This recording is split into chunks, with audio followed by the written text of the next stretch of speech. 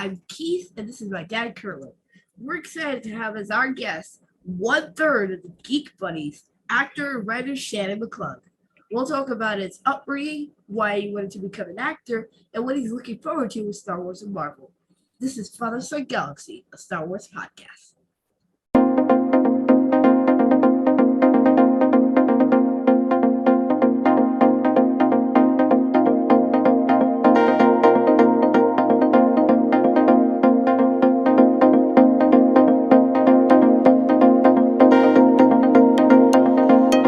Hello, everyone, and thank you for joining us. Shannon McClung is an animation writer, actor who have appeared in various shows, including Agents of S.H.I.E.L.D., Brooklyn Nine-Nine, The Goldbergs, and House. In 2019, Shannon, John Rocha, and Michael Vogel formed the Geek Buddies, a pop culture podcast you can watch on YouTube or on your favorite streaming platforms. Shannon, welcome to Father-Son Galaxy. Thank you very much, Kerwin and Keith. It's very nice to chat with you all. Kerwin and I, we've DM'd a little bit on Twitter, so it's nice to chat with you all face to face. Thank you. It's wonderful to have you. I am a big fan of the Geek Buddies. I started listening to you guys like the end of 2020, early 2021, right before we started working on our podcast. And I actually went back and I listened to your very first episode. So I think that was back in 2019. And you three had that chemistry from the very beginning. So whose idea was it to bring you three together? This was all 100% John Rocha's. So we have that chemistry because we have been friends for, 25 years now. Mike Vogel and I met freshman year at college at Florida State University. We were both theater students. And then that following year, I was supposed to live with Mike. And then I'm from Orlando, Florida, originally, and I worked for Universal Studios, performing in some of their shows. So that summer, I got an offer for a very good job. And so I had to tell Vogel that I wasn't coming back to Florida State. And so that my sophomore year, when I was gone, that's when John Rocha came, and he and Vogel became friends. And I think it was 3 years later that John and I met in person in Orlando, and then I moved out to LA in 2002. So ever since then, the three of us have been very, very tight. So a lot of the friendly disagreements that you hear, that is a result of 20 years of friendship. So first question is, where did you grow up? So I was born in a small town in South Carolina outside of Charleston called Goose Creek. My father was in the Navy, but then we got transferred to Orlando when I was 5 years old. And we were there for a few years. We went back to South Carolina for a few months, then we ended up back in Orlando, Florida. So I actually went to high school across the street from Universal Studios, Florida, which was my very first job when I was 16 years old. And coincidentally, I still work for Universal to this day. I worked for Florida until 2003, Japan from 2003 to 2005, and Hollywood from 2005 to present. So if I ever have to work for someplace other than Universal, I might be in trouble because those are the only skills I have. So what things did you like to do when you were a child? Well, I was a child of the 80s. So a lot of the things that I believe you like, Keith, they're things that your dad liked when he was growing up. So yeah, Star Wars was always a part of my life. I mean, I don't remember childhood without Star Wars. I was always trying to get the newest action figure, the newest vehicle. An action figure you can get on a shopping trip with mom or dad. Vehicle, you got to be really good. You got to get all A's, or it has to be Christmas or your birthday. But I always like stories. I played baseball, but you can't tell from here, but I'm 5'6", and athletics, that was genetically not in my future. But I always enjoyed stories, and some of the best stories to this day that I read were all when I was a kid. It was Star Wars. It was Indiana Jones. I mean, a bunch of other things like The Last Starfighter or The Goonies. I mean, that was what I really like to do. I always like to go out and play pretend. And it got to a point that I was able to start writing my own stories. Did you collect comic books, by the way?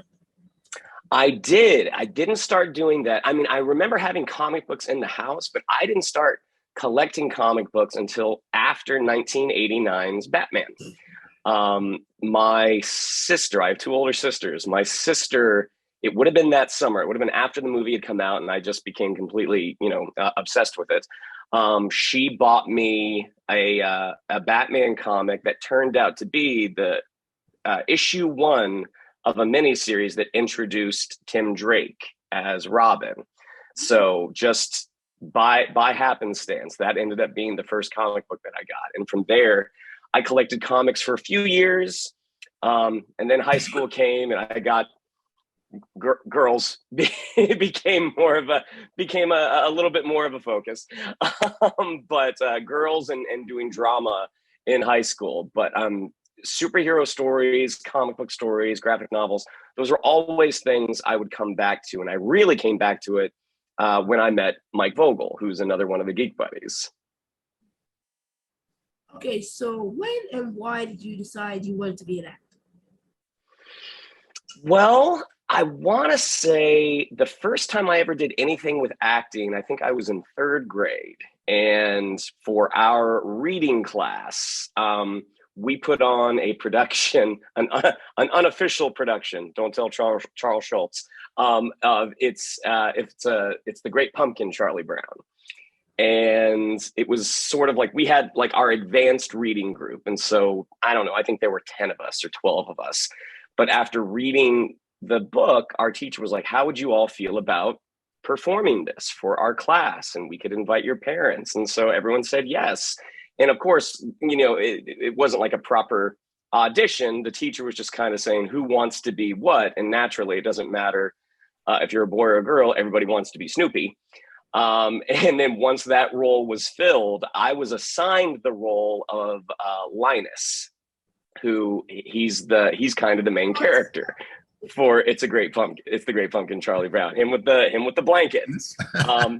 And at the time, I was not happy about this because I really wanted to be Snoopy. But then performing for the first time, it was a really, really great feeling because I was kind of a shy kid growing up.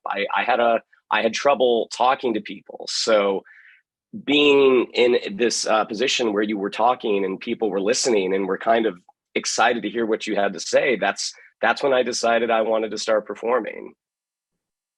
Wow. So where'd you go to study acting? So my freshman year, I was at Florida State University. That's in Tallahassee. And so they have a really, really good musical theater program. But along with not being gifted in athletics, I also was not the best dancer either. I'm fine at a wedding, but outside of that, no one's going to pay to watch me pot a beret. But they have a good acting program as well. So I went there my freshman year and enjoyed it. And again, made some lifelong friends. But it was the summer after that when I started performing for Universal Studios that was sort of my first professional job. What was it? I started doing that in 97. And yeah, so in those 5 years, I played a variety of characters. I played John Connor in the Terminator 2 3D show. I played Lord Farquaad from the first Shrek. They had prosthetics that they would put on me. And again, not a tall guy, so I could play Lord Farquaad. I got to play a Men in Black agent. I played Beetlejuice. I got to play Austin Powers. So yeah, I mean, it was sort of in my DNA from the beginning. Did you also do improv? I know you do comedy and drama. Did you have to learn from improvisation? It was something that we would have to do at callbacks for Universal, because if you're playing, it's called an atmosphere character. So if you go to, we'll say Disney, and if you see one of the princesses, or you see, I don't know, Prince Charming, whoever, those are all, that's the improvisation that Disney and Universal want you to know how to do, that you can go out and carry on sort of a conversation with a guest as that character. I didn't actually take improv until I moved to Los Angeles.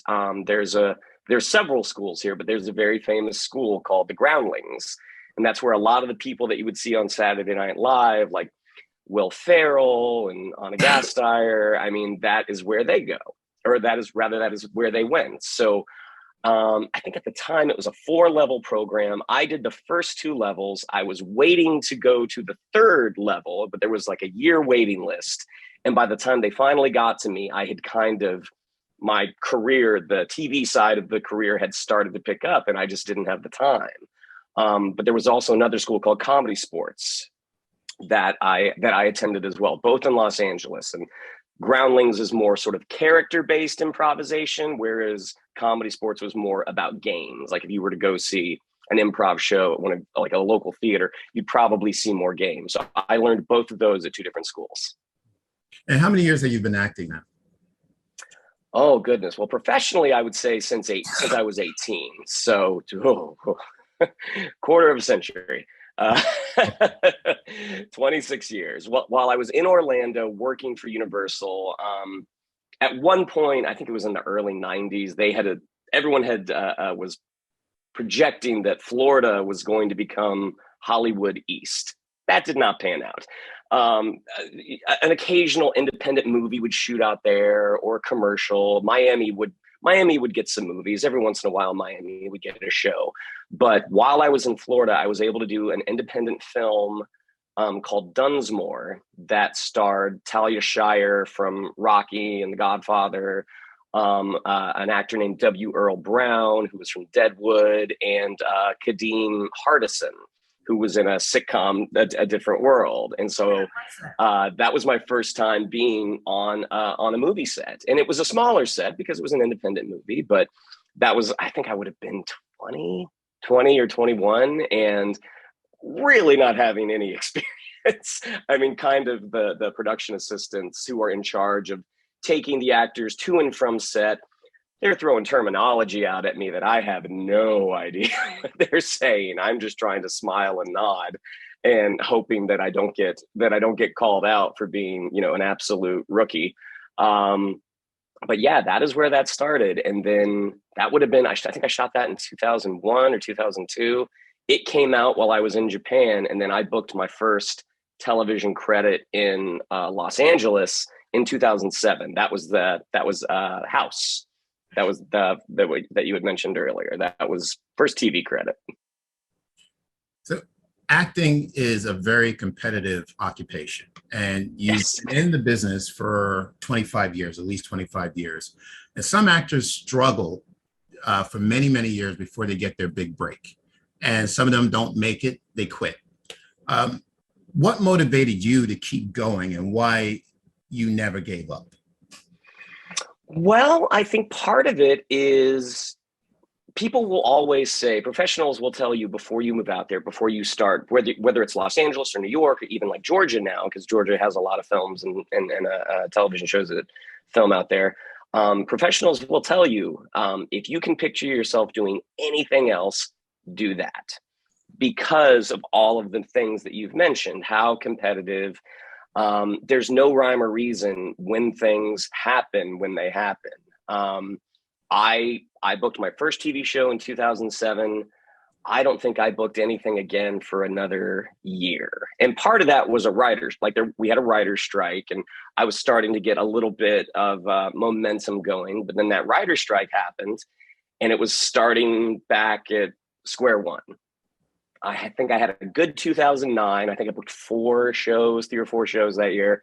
And then it slowed down again. And then I think it was between 2013 and 2016. That's when things really, really picked up. That's when I got to do 2 separate recurring roles, which means you're on more than one episode. I got to work on The Mentalist for 4 episodes and a show called Silicon Valley for HBO for 4 episodes. And it seemed like, okay, here we go. This is when it happens. And then it just stopped again. And so there's no rhyme or reason as to why it happens. And that's why, and it can be hard. It can be you can get sad because you start to think like, what am I doing wrong? What am I doing wrong? And sometimes you have to think of it as anytime an actor auditions for a role, there were probably upwards of 2,000 people submitted for that role. From there, the casting directors probably pick around 20 to audition for that role. And from there, they may take 5 actors, 3 actors that they send to their producers, and the producers are the ones who ultimately make the decision. And then only one person gets it. So when you're not booking, it's very easy to get down on yourself. Like, well, they don't like me. They didn't pick me.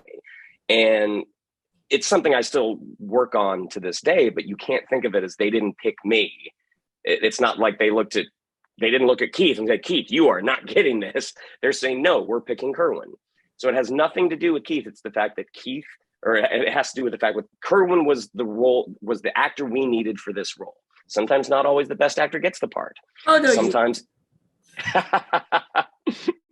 sometimes it's the actor that best suits the part. So it's a struggle day to day. Like, I worked on a TV show earlier this year, but I haven't done anything since. I've gotten close, but thankfully, because I get to perform with Universal, because I do get to write for animation, I mean, I do have other creative outlets, but there have been many a time where I think like, maybe, we gave it a shot. We probably did better than most, but ultimately this is not where I'm supposed to be. And it always comes back to, no, this is the only thing I can do. And it's also the only thing I want to do. Okay. So our next question is, we have many streaming channels: Netflix, Hulu, HBO Max, Disney Plus is the biggest of them. And there's so many more. I could go on for hours naming these, but I expect that there's more opportunities for actors with all those streaming channels and all those people hiring now than there were in the past, say in like the 2000s or the 2010s, when people were just starting to get into streaming.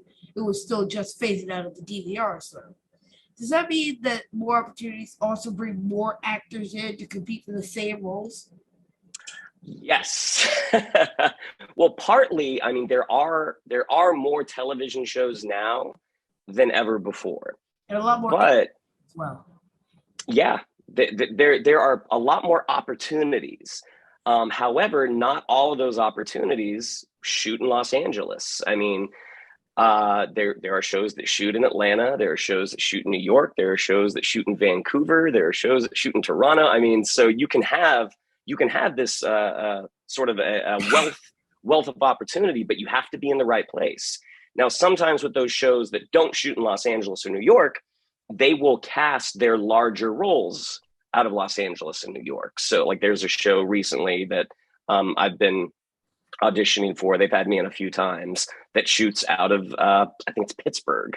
And for whatever reason, that show, they seem to like me. Like, hopefully we'll book it. But it's on one of those newer streamers.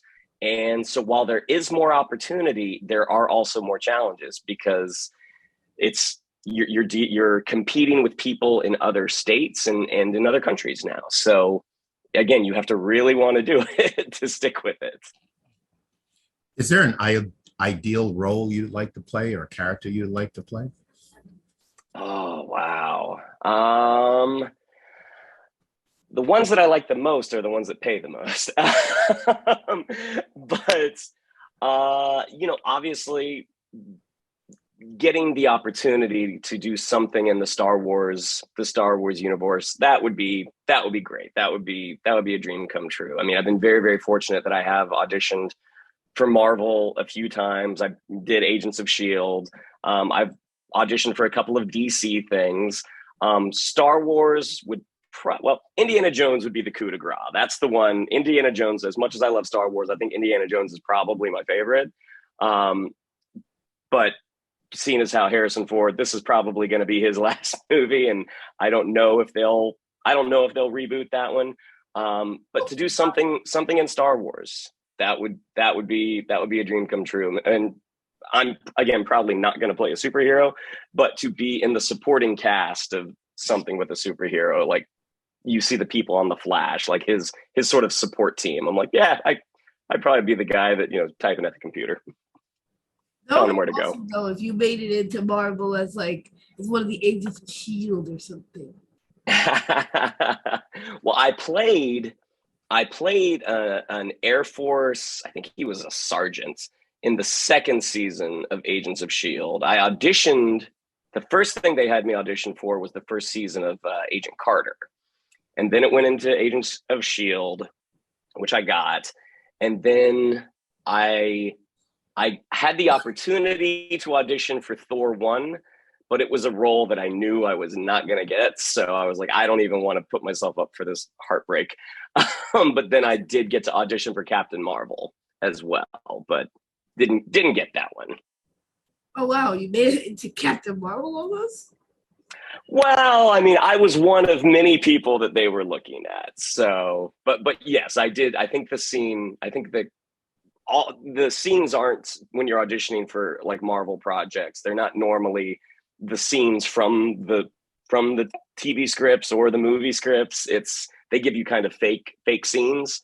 But I'm pretty sure I was reading it was with Nick Fury, which I was like, okay, I know it says that this character is I can't remember the code name that they had for him, like, Fred Nichols or something like that. I was like, well, I know it says Fred Nichols. I know this is Nick Fury, which was pretty cool. Yes. So, speaking of like movies and films, who are some of the directors and actors you'd like to work with in the future? Oh, wow. That's a good question. I think working with Samuel L. Jackson would probably be pretty cool, just to know the stories that he could tell from Star Wars, from Marvel, from working with Quentin Tarantino. I think that would be pretty cool. Growing up from the 80s, of course, you want to work with Steven Spielberg. I saw that coming. Somebody that I did get to work with. So we're two guys that I did get to work with who were both just incredibly kind and awesome gentlemen. I got to work with Martin Sheen on a sitcom called Anger Management. And I think The Amazing Spider-Man had already come out, but that's where he played Uncle Ben. So I worked with him all day, and I got to tell him, like, yeah, it was really, really cool seeing you and The Amazing Spider-Man. And he was kind of like, oh yeah, I didn't do too much in that one. Like, did you see Spawn? I had a lot of fun in Spawn. And Spawn you probably haven't seen yet, Keith. But Spawn was sort of it's so-so movie. But then I also got to work with Alfred Molina on Law and Order Los Angeles, which only lasted a season. But he was another guy that was just so incredibly kind, and just, we had a wonderful conversation. Oh, it was Alfred Molina and Corey Stoll. So it was Yellow Jacket and Dr. Octopus. Right. He wasn't Yellow Jacket yet. You seem to have good luck with Marvel actors. Yeah. Right. Like Yellow Jacket. Dr. Octopus. Yeah. Yeah. Oh, and also, now that I'm thinking of it, I got to work with Agent Maria Hill, Kobe Smulders, on a Netflix show called Friends from College. And she was also, all the Marvel actors, now that I'm thinking, all the Marvel actors that I've worked with have all been incredibly nice. Mm-hmm. Wow. Yeah, it seems to me, I recall when, growing up, like you said, in the 80s and 90s, actors get their start on shows like Law and Order or LA Law. But it seems nowadays, actors are getting, their big breaks or their start in Marvel films because there's so many of them. Yeah. Yeah. At some point, everyone will, if the MCU right. keeps going, which it seems like it's going to, everyone will have been in the Marvel universe at some point. I mean, even like Alfre Woodard, she was in the Luke Cage series where she had a more prominent role, but then she popped up in Civil War. And there was, at that time, I don't think they had openly said, well, Netflix is kind of its own thing. They hadn't really made that distinction between Marvel TV and Marvel films. But either way, I was kind of like, there's no reason that lady from Luke Cage couldn't be the lady in Civil War. I mean, this is her villain origin story, apparently. Yeah, absolutely. Yeah, and now they're what does it say? Because they're all on Disney Plus now. Yeah. That's right. Right, and she was great in both roles, actually. And these are veteran actors too that are actually open to doing these types of films. So that says something about Marvel. Yeah. I absolutely agree with you. I mean, it seems like I think superhero entertainment in general can get a reputation of like, oh, it's just the same thing. They're churning it out over and over. I don't think you would get actors of this caliber if they at least definitely, they're obviously having fun, but also if they didn't see any value in the product. So even though there is a certain segment of the audience who maybe doesn't think as highly of superhero entertainment as we obviously do, but you can't argue with the people that are associated with it. Exactly. Let's, now that we're talking about Star Wars and Marvel, let's get into it and talk about why we're spoiled as being fans of Star Wars and Marvel. So you were at San Diego Comic-Con last month. I was. And we have D23 coming in September. So regarding San Diego Comic-Con, what was the most exciting thing that you saw that was announced at San Diego that you're looking forward to? Well, I have to say there's two things, and they were both Marvel, because Marvel Animation had their own panel that was in Ballroom 20, which is a very, very big ballroom. It's not Hall H. Hall H is where the movies, MCU and Warner Brothers, that's where they all go. But in Marvel Animation, getting to see the cast or the cast of characters rather for Spider-Man freshman year, seeing like, okay, it's not that, like, I think they had an idea when it was initially announced, like this is the prequel to him joining Captain America Civil War. It's like, not exactly. Like, I think they've decided to take advantage of the multiverse and do something different. And I think that was a good call, because you get to see him with a different cast of characters, and you get to see him with some different antagonists. Seeing that was really, really cool.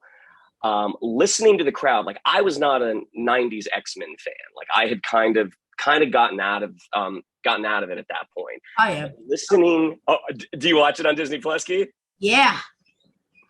Listening to the crowd and how they reacted to them bringing back a lot of the original actors.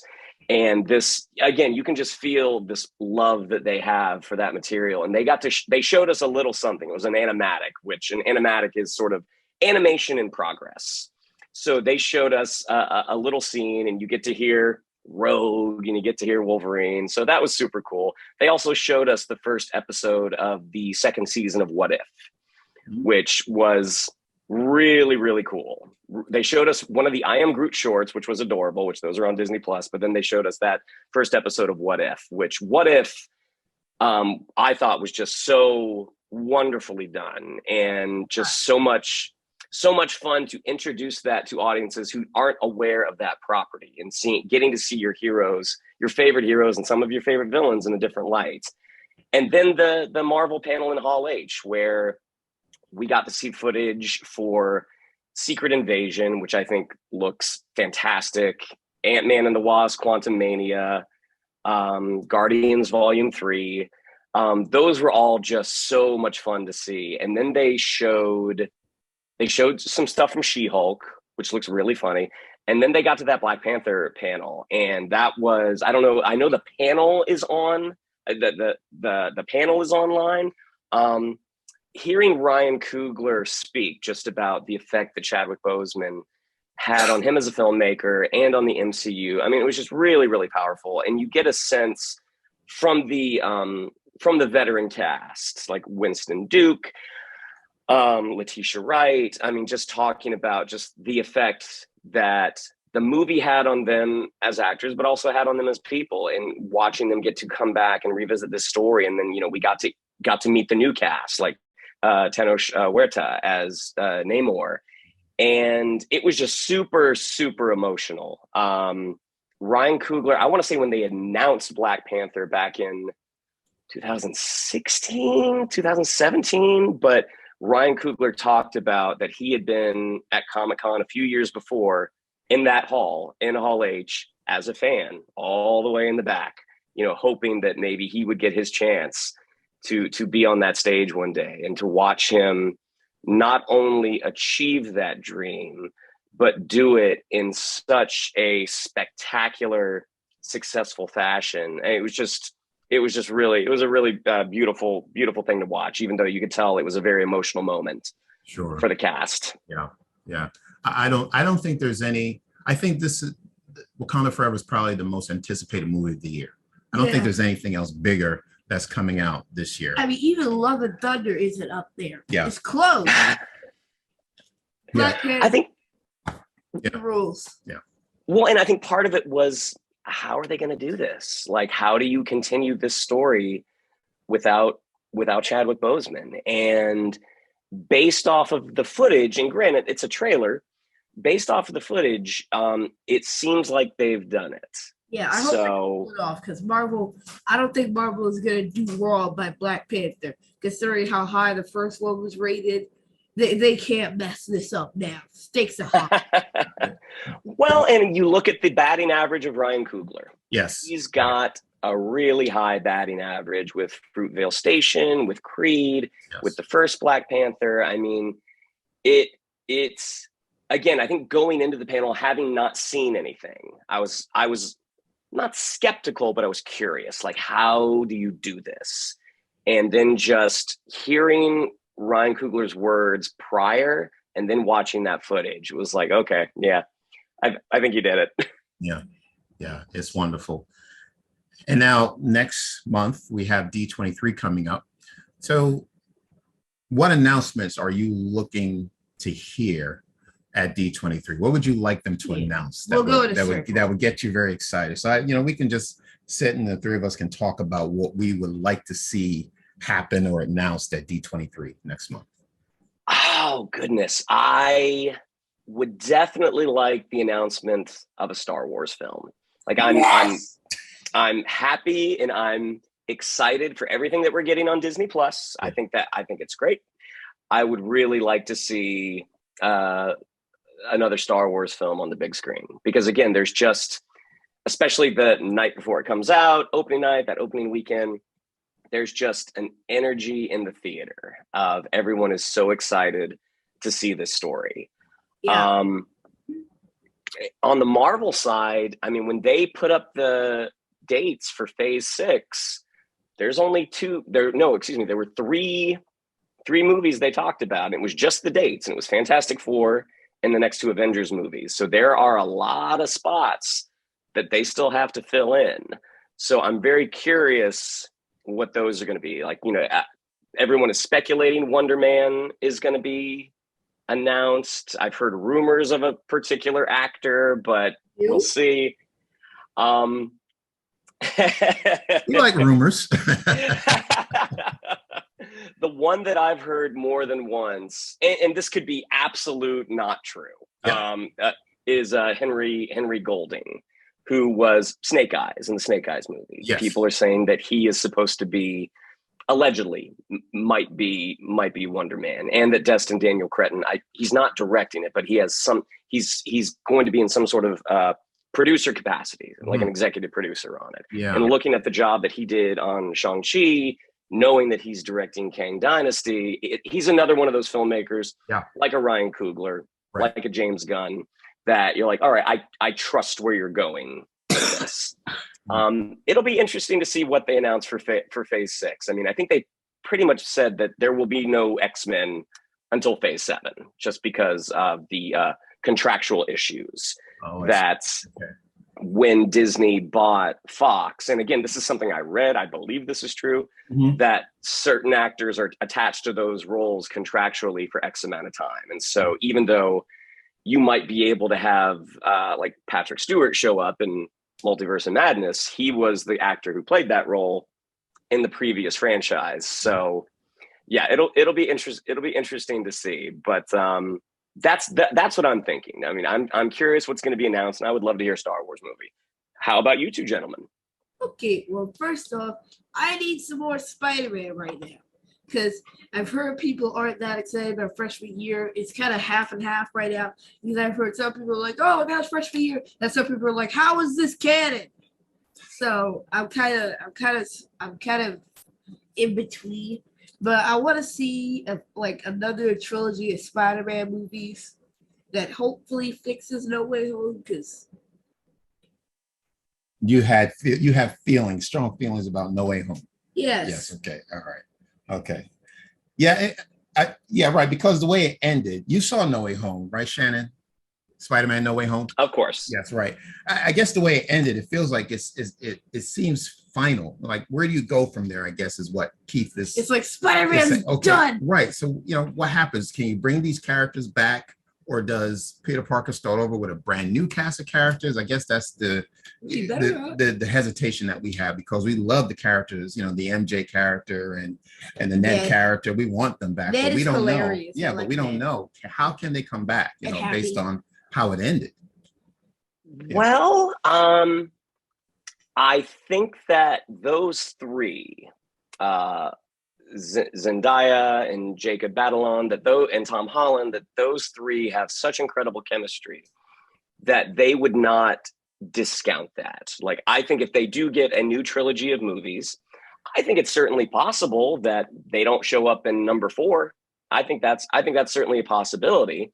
But at some point, they're going to come back to them, because I do feel like that Peter MJ love story, that has to be resolved. That's my guess. Now, I don't know, but also the character of Spider-Man, like, he's still very much in the Marvel Cinematic Universe. I mean, It's just that nobody knows who he is. Yeah. So knowing that, based off of the dates on Phase 6, I'm like, all right, I don't think we're going to get the Young Avengers, even though there's a lot of people kind of populating the Marvel Cinematic Universe right now. I would love to see Spider-Man as the leader of the Young Avengers. That would make sense to me. If you have a team with Spidey, with Miss Marvel, with Kate Bishop, I mean, that would make sense to me. See, but I don't know if they're going to do that. And you think about it, we've already got America Chavez, we got Miss Marvel, we got Kate Bishop, and Patriot has already been introduced as well, although he had a very small role in Falcon and the Winter Soldier. Got Wanda's kids, right? Yes, we have Billy and Tommy, right, who could possibly return, and then the Kang Dynasty. So, Iron Lad is actually Kang, but from like some 30th century alternate world where the Kang of our timeline comes to him and says, "Yo, come on, join me. Have a nice suit of armor. Rule the world with me." And he's like, "No." And then goes to our timeline to go join the Young Avengers, which could easily be fixed and introduced in the Kang Dynasty or in Loki Season 2. Interesting. This is what happens when you put a Marvel encyclopedia in my hand. Oh, man. You've got some theories, Keith. That's good. That's pretty good. Anything related to Star Wars you might anticipate hearing an announcement? I'm hoping for another Skywalker trilogy. Okay, right. The same. Another film. Yeah, because it's been 3 years since the last film, and we have gotten TV shows, but all we've really got so far is Mandalorian and the Book of Boba Fett. We haven't gotten much else other than that. Right. So that makes sense. Are you excited for Andor to come out this month? Yes. I am very, very, very excited. Yeah, we are too. Yeah. I guess as for me, well, a few things. One, I'm hoping that maybe we'll get the title of the new Indiana Jones movie. Maybe we'll get a title for Indiana Jones 5. As far as Star Wars, I know they're, I think they should be maybe they're in post-production now, but there's a new Star Wars series coming out next year called Skeleton Crew. And I think by now, and since they've already completed filming, if it's coming out next year, they know the cast, and then they will introduce us to the cast outside of Jude Law. We would know who these young people who are going to be a part of this new series. I think that would be interesting. Oh, by the way, we've also got Bad Batch, but other than those three, there really hasn't been much new content. Right. And as far as Marvel goes, I think I'm hoping that they will announce who the director will be for Avengers Secret Wars. And my theory is, that comes first. Yes, but they already announced the director for the Kang Dynasty, right? The same director who directed Shang-Chi. Oh, great. Yeah.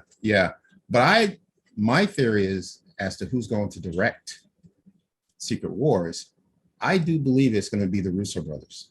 I do believe they can pull that off. They could pull that off. Well, right, because I mean they have this great track record, and I think what they're doing, maybe Feige saying, well, we're not involved with the Russo brothers anymore. They're not doing it. I think that's just a smoke screen. I think it's all made up. I think they're just trying to throw us off the track to tell us and give us that big announcement that they are coming back to do Secret Wars, because they just seem like a perfect fit. They did Infinity War, they did Endgame, they did Civil War. It just makes sense. Yeah, absolutely. Some of the best Marvel films. It just makes sense to just bring them back for something as big as this, Secret Wars. Absolutely. So I think despite Feige saying in that, like, I think it was from San Diego that he did say that in an interview that, like, as of right now, there's no plans. Like, we are big fans of each other. We're gonna work together again. Andrew Garfield also said he wasn't in Spider-Man No Way Home for a year. Right. He was. Exactly. Exactly. So, and also the Russos have spoken very publicly that they do, if they were going to come back, they would want to do Secret Wars. And thinking back to the situation with Infinity War and Endgame, the amount of time that was in between those releases is a year. With Kang Dynasty and Secret Wars, about 6 months. Yes. So I don't think it would be possible for one director or one directing team to do both. There's just not that room in the schedule. So I hope your theory is right, Kerwin, because looking back at Infinity War and Endgame and Civil War and Winter Soldier, it's like, yes, absolutely. These are the guys. Yeah. Absolutely. So we can't wait. I mean, it's only 3 weeks away. September 8th. September, right? Yeah, September. So we're looking forward to it. Yes. Now, Shannon, it is time for us to play Star Wars Mad Lib. Yeah. All right. Cue the game show music.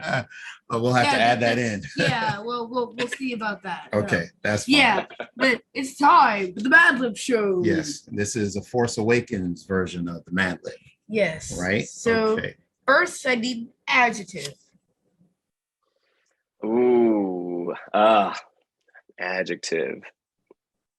Hilarious. You know what is hilarious? I have a pen that doesn't write. Oh, okay. Let's get you another pen. I think we have one up here. Okay. We got a few pens. Okay. All right. What we got? Now I need a person in the room. Person in the room. Oh, one of us, you mean? Well, I think we need to say, I think we should say Tanya. Okay. Yes. All right. Okay. Another adjective. Smoky. You say smoke? What? Smoky. Smoky. What? Okay. Okay. Noun. Wookie. Okay. And another noun. Starship. Verb. Lightsabers, as in two lightsabers something. Okay. Another Do you want me noun. to write these in as you're writing them down? Or I got it. Okay. Another noun. Another noun. Sand. Another noun. Naboo. An animal. Iguana.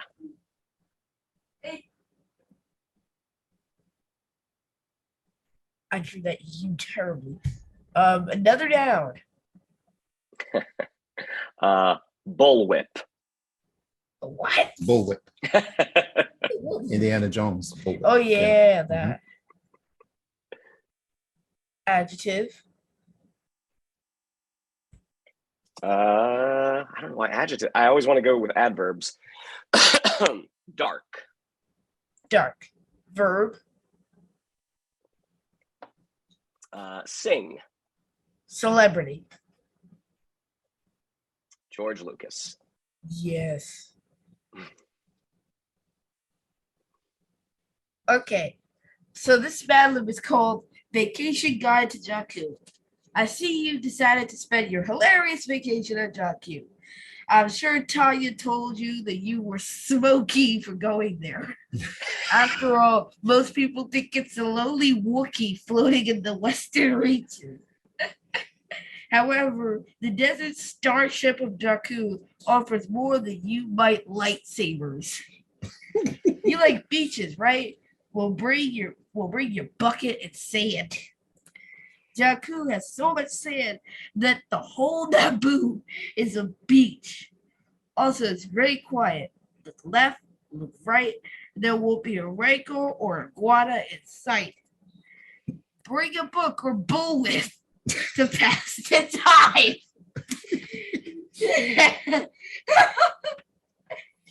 Sure, there are a lot of mines and a few dark Star Destroyers here and there, but sing past all that. Come to Jakku.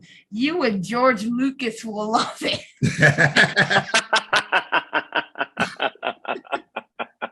Very good. Very good. And this is why we love Mad Libs here. It doesn't have to make sense. That's the whole point. This was fantastic. Shannon, we are so glad that you're able to make the time to speak with us. This has been fun. Absolute fun. Absolutely. Kerwin, Keith, again, so nice to chat with you all, screen to screen.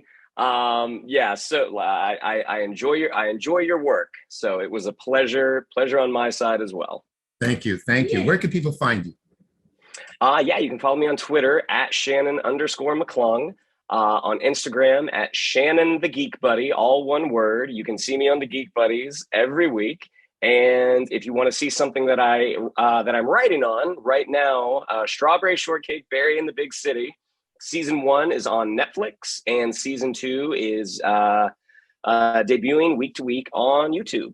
And we might be working on some other stuff right now. We'll see.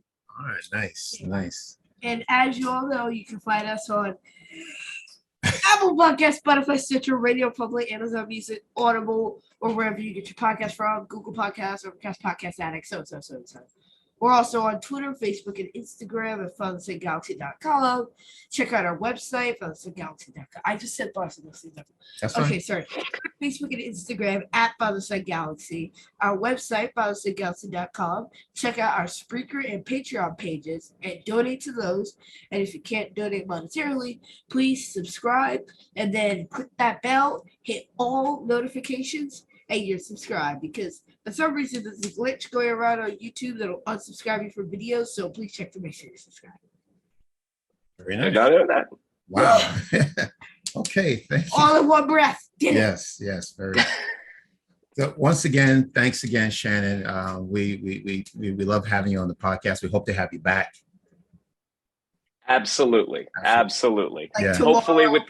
Hopefully with news of a booking on a Star Wars show. Who knows? Yes. Best of luck to you on that. And please give our best to John Rocha and Michael Vogel. And keep doing what you're doing on Geek Buddies. I tune in every week. I love it. So I can't wait to hear what you have coming up next regarding She-Hulk and D23. So I'll be listening. Awesome. Thank you so much, Kerwin. Keith, right. Wonderful to meet you. Thank you so much.